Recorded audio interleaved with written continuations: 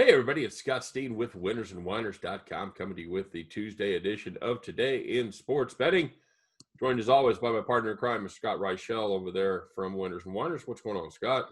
Nothing much. I'm happy that after going through college basketball for the last couple of weeks, which has gone pretty well, I'm going to be able to expand because we have ourselves some NBA today.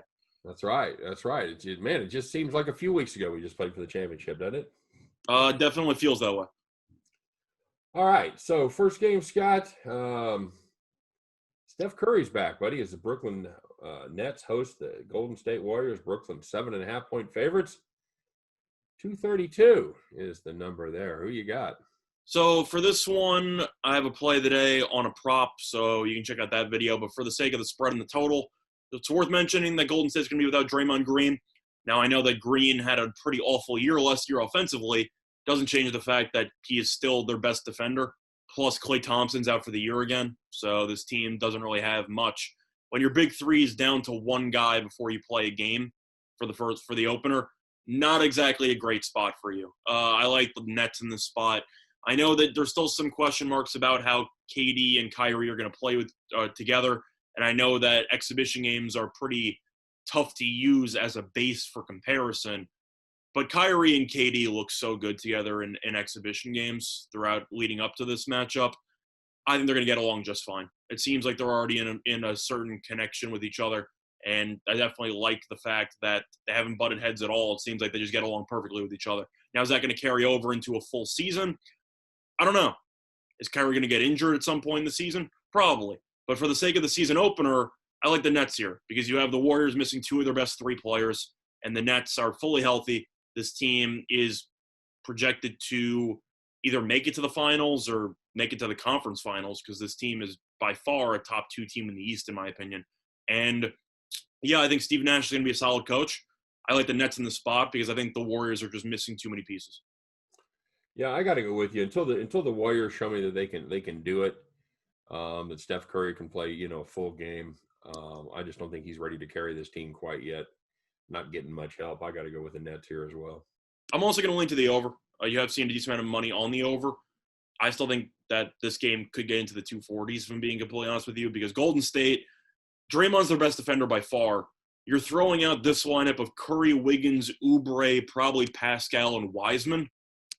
That's not a great defensive lineup. Now, I know Wiggins has some upside, but he has never really been a phenomenal defender in his career. And Oubre is not a great defender. Pascal is an undersized power forward, but he's okay, I guess. And Wiseman's a rookie who's now has to face off against DeAndre Jordan and Jared Allen, who are a little bit bigger than him. So I think you're going to have some problems there defensively for Golden State.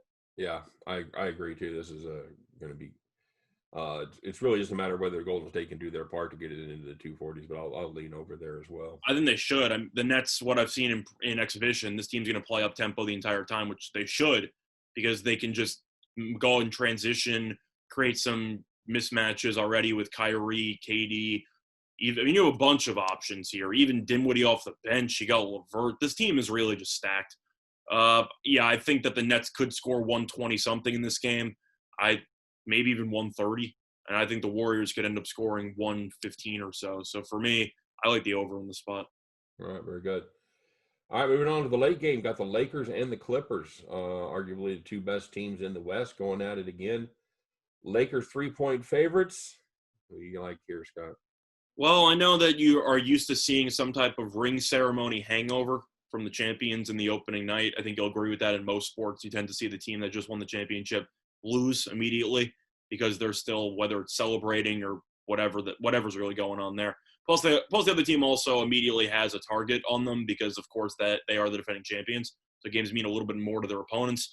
I don't think it matters in this one. I like the Lakers. Looking at this matchup here, really didn't like what the Clippers did at all during the offseason. I know that Paul George, you kind of had to give the extension to because you traded pretty much every part of your future for him. You couldn't let him walk. But, I mean, you lose Harrell, who was arguably your best or second best bench player. You're replacing him with Nicholas Batum at this point with the injury to Marcus Morris, who they paid a bunch of money to, who I don't think really deserves it. You compare the lineups here. You got Beverly, Paul George, Kawhi Leonard, Batum, and Zubac, and all on the bench. You got Kennard, and you got Lou Williams. And you compare that to Dennis Schroeder, Caldwell Pope, LeBron, Anthony Davis, potentially Marc Gasol. Then off the bench, you have to look at Harrell and company. This Lakers team is just so good. I got to take the Lakers here. This team is just so much better. Yeah, there's just too many question marks with the Clippers right now. You know, they certainly could round into form later in the season. And one thing that's also worth mentioning, sorry to briefly interrupt, is the fact that with the shortened off season, I know that they promoted one of their assistants in Ty Lue to be the head coach. There's got to be some growing pains there, right? To go from assistant to head coach with only about, a month to prepare? Yeah, I would certainly think that's the case. I agree with that. I think that's definitely a talking point that people aren't talking about enough, because it's one thing to hear his voice secondarily behind Doc, but now he's the voice in there, and you only had a limited practice size with him as the head coach. I think that's a problem. Agreed. I'm going to have the Clippers show me that they've actually gotten better. And, you know, they weren't within 3 points of the Lakers last year. I don't think they are this year until I see differently. Give me the Lakers -3 as well. Well, they were to start the year because they won the first couple of meetings, but then the Lakers kicked it into another gear. Right. That's what I'm saying. I'm looking at the end of the season. Do you think Ty Lue is a good coach? I think he's an average coach. I don't know that that's necessarily an upgrade over Doc, but you know, sometimes you got to make changes. But I thought they should fire Doc, so I was fine with that. I agree. I think he's a fine coach. I don't think he's great. I don't think he's terrible. At the end of the day, having LeBron always helps. But it's just a matter of, when he won the championship. That's what I meant. But looking at this team, I think Ty Lue is fine. I just don't see the Clippers having much of a ceiling. They're one of the teams you look at and you go, this team, should be very competitive, but they're probably going to come up short in the West. Yeah. That's the way it is. I think the Lakers are just a better team. And I know that you can talk about motivation and how the Lakers might not take this game fully seriously because they might try to rest LeBron and AD to start the year. They're going out of their way to kill the Clippers. I agree. This is one of their main rivalry games. They're going out here for blood, in my opinion. Yeah, they want to be the best team in the building for sure. Yeah. So I like the Lakers in the spot. All right. So we're laying the wood here a little bit on opening day till we see differently, right? Yeah. Now, do you have any thoughts on the – I know that I said I like the over in the Nets game. Do you have any thoughts on the totals of these two games? I think that number in that Nets game that's a tough number. It's a very tough number, but I think that it's mostly going up because, of course, Draymond's out, which means that, A, Golden State should be a lot worse defensively. B, they'll probably play at a faster pace. They're probably going to go small and play faster. Agreed. Yeah, I would lean over there, and I'd lean under in the Lakers game. Does it concern you a little bit that you already have seen about a 3.5-point move to the under in the Lakers-Clippers game, or do you think there's still value to be found? I think there's still a little bit of value left, but I'd hurry. But that Lakers defense is certainly underrated, and they do a great job. Yeah, I agree with that. Even the Clippers defense, because Beverly's actually healthy for once. Yeah, they're certainly going to be better. Agreed. Mm-hmm. Agreed. So you like the under there as well? I'd lean under. I'm not touching it. In today's NBA, if I see a total under 220, I'm extremely hesitant about it because all it takes is some referee shenanigans and one team gets 40 free throws. I don't want to get involved, but I do like the Lakers there, and I do like the Nets and the over. But it's just a matter of I'm looking at the Clippers, and last year they couldn't stop Anthony Davis. Don't get me wrong, nobody can stop Anthony Davis, but the Clippers especially have nobody. And I know Montrezl Harrell isn't a good defender, but he's at least a body you could throw on AD, maybe. Right. Who do the Clippers have now? They don't have anybody that can handle Anthony Davis.